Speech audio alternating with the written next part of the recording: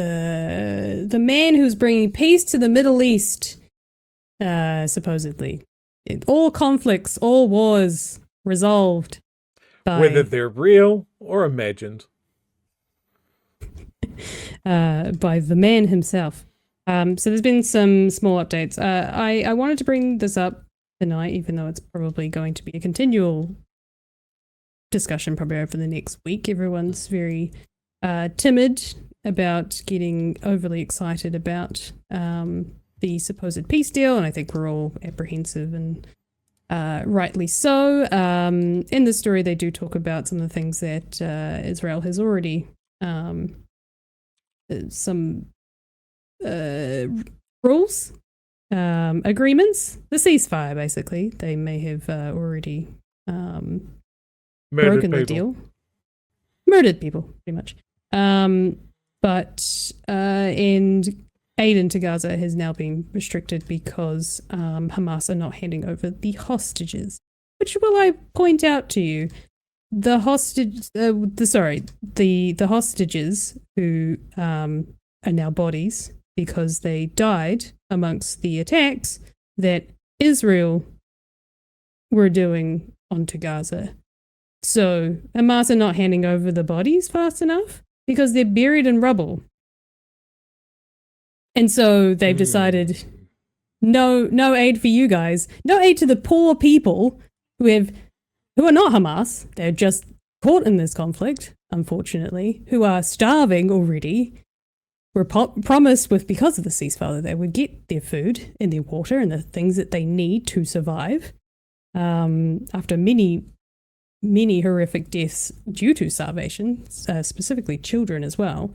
But no, we can't have any of that aid because they can't find the bodies who are of Israelis who are buried under rubble, of which is Israelis doing. So just putting that out there. But anyways, let's listen to the story and get some further about what is going on in Gaza. We even get a little warning. Somewhere in Gaza's rubble and ruins lie bodies critical to an increasingly fragile ceasefire. Earlier, Hamas returned another 4 deceased Israeli hostages, but there are still 20 missing, and Israelis want them back. The return of all the bodies is a pillar of Donald Trump's peace deal. Since this agreement has been violated, we can't move on. We can't move on with the construction of Gaza. We can't move on with bringing in supplies. We can't move on with bringing people back to their homes. Hamas says some of the bodies are trapped under buildings destroyed by Israeli bombs. It's asked for help finding them. It's obviously even bigger challenge than having, I would say, the people alive being released. That's a massive challenge. Israel has dismissed this. It's responded by cutting aid into Gaza by half and keeping the Rafah border crossing with Egypt closed. We need the agreement to be implemented in full by both sides. And so that does mean that Hamas have got to get their bodies home as they promised. But it also means that Israel has to keep the crossings open and allow us to deliver the aid that is so desperately needed. Hamas is also refusing to disarm, another requirement of the peace deal. The group, which the New Zealand government deems terrorists, is reasserting its authority. Videos have emerged of a public execution of people Hamas says were Israeli collaborators.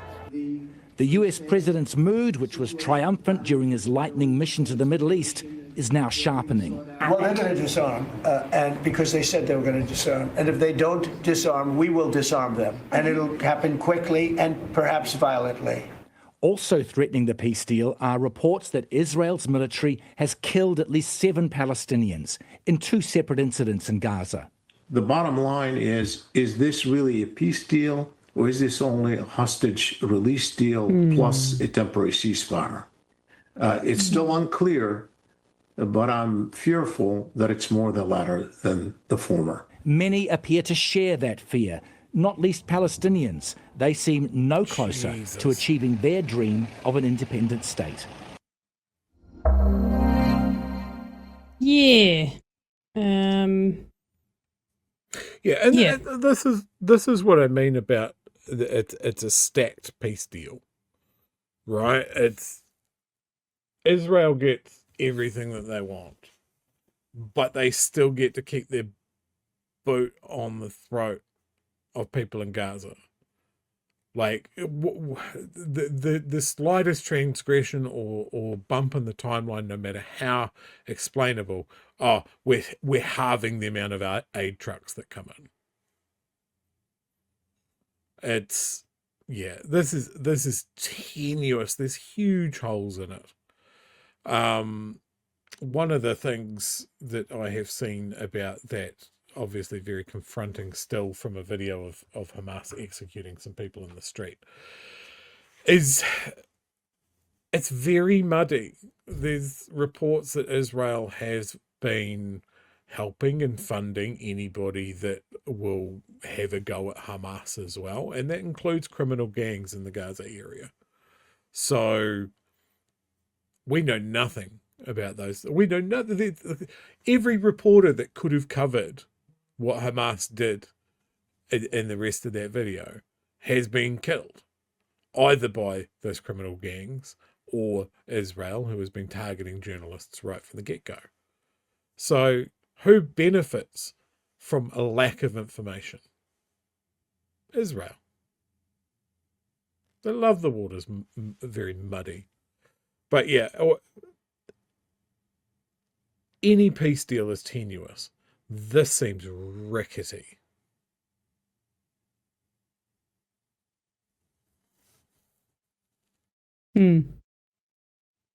Yeah. I don't I don't really feel like this is a ceasefire, especially when we've just seen or just heard that 7 or 8 people have already been killed by Israel. It's really not a ceasefire if they're not allowing humanitarian aid into Gaza. And it's one thing is that Hamas don't want to lay down their arms, which is part of the peace deal, supposedly. But it seems like that might be one of the things to point to that Hamas aren't agreeing to. But it seems there are several things that Israel are doing that also are breaking the peace deal agreement or the ceasefire agreement. This is just an example of how shoddy this is, right? Like, if there was a requirement for Hamas to disarm, I think that's kind of fair enough. Are you talking about a ceasefire or a peace treaty? But a group is only going to disarm if they feel like they're going to be protected in some other way. Right? So are the IDF going to disarm as well? Well, no, obviously. Okay. So we lose our arms, our way of defending ourselves against these guys. Nobody has our back.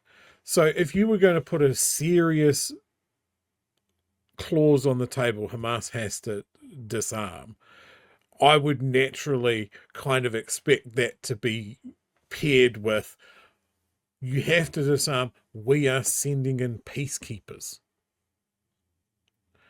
Israel is withdrawing, we will protect the Gazans, the Palestinians, from the IDF, and peacekeepers will also take over security to make sure that Hamas doesn't attack the Israelis. You need someone else in the middle, an uninvolved party. It just seems like we want Hamas to disarm, and the rest of it, as far as what we will do, you have to take us on faith. That is not a fair deal. That is why this will fall apart. Yeah. There was something that was put to my attention thanks to Lloyd Burr, and I don't know why this is, and perhaps you can add something more to it. But Martha Davidson was questioned on the tiles about. I think the question was talking about this epic peace plan. And she was very vehement in saying that US president is not a peacemaker.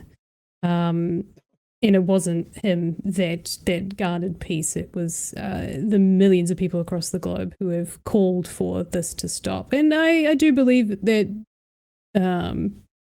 very much has helped, because it has taken 2 years, but in the last probably year and a half, maybe less than that, just over a yearish, we started to see people really take it seriously about what we were seeing over in Gaza. I think everyone was a little bit like, oh, where do we land? And then thankfully, because of voices who have come out and said this is a genocide, and being very, very strong on it, the global sentiment towards this, from being a war or a terrorist attack as such, everyone realized this was a genocide.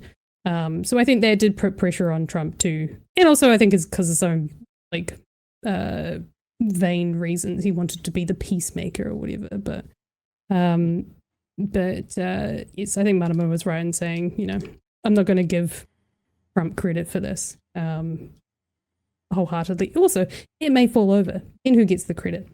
Are you really the king of peacemakers? I mean, but it did point out. I'll point this out, but there hasn't been a press release from the Greens on this, and I don't know why. No Instagram post, no press release on their website, and this interview today with probably yesterday, sorry, with Marama was the first I'd seen of them acknowledge it. I don't know if anyone knows or seen anything or why that is, or whether or not it's something else, but it is a weird one that did sort of stand out to me as well. And maybe they're biding their time. But yeah. The other thing I would say is, if there is a debate on whether Hamas are stalling and producing the bodies of dead hostages because they're trapped under rubble, what another excellent opportunity to get an uninvolved third party in. Like, Israel doesn't trust Hamas to produce them. Hamas doesn't trust Israel to come in and do it. Cool. Get war crimes investigators in. Because that's traditionally what you do when you're talking about war crimes, murders, mass graves, that sort of thing. The Israelis definitely don't want that. They don't want people sniffing around looking for bodies in their crime scene. So yeah, again, everybody involved in this is shitty in some way, and the Palestinian civilians are stuck in the middle.